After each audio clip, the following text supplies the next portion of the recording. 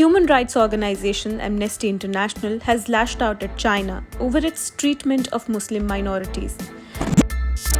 Agnes Callamard, the Secretary General of Amnesty International, accused Chinese authorities of creating a dystopian hellscape on a staggering scale in Xinjiang province, which is home to Uyghurs, Kazakhs, and other Muslims in China. The 160-page report that came out on Thursday includes testimonies from detainees. And here are some of the key things that Amnesty's report pointed out. Muslim minorities face crimes against humanity and other serious human rights violations. The abuses should shock the conscience of humanity. Since early 2017, men and women in Xinjiang have been arbitrarily detained. Many have been sent to internment camps.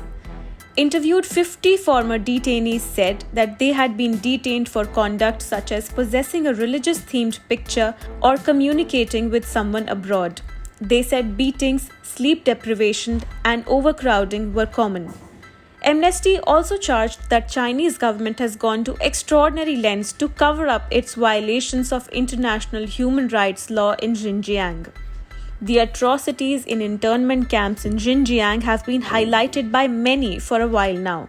The Chinese regime meet every condition of genocide as laid out by the United Nations. So really, it just begs the question of, are we waiting for the entire group of Uyghurs to be destroyed before the UN moves to declare this a genocide? So, for example, we can look at research that's come out, Dr. Adrian Zenza's report regarding the absolutely plummeting birth rate of Uyghurs. And this in itself is evidence of genocide, preventing births, separating children, forcing orphanages. The list goes on and on and on of all these building atrocities. And so with this all compiled in one report, anyone that looks at it should be able to understand the specifics of it, but also we will make some recommendations about how corporations, individuals, the UN, and different organizations should address the atrocities. What are the key actions that you're demanding from the United Nations? One of the main things that we think needs to be done very quickly is that China should be stripped of its position on the United Nations Human Rights Council panel. In the past, the US government had accused China of waging genocide in Xinjiang. The United Kingdom, however, does not use the term genocide, but joined the United States and Germany last month in calling on Beijing to end repression of the Uyghur minority.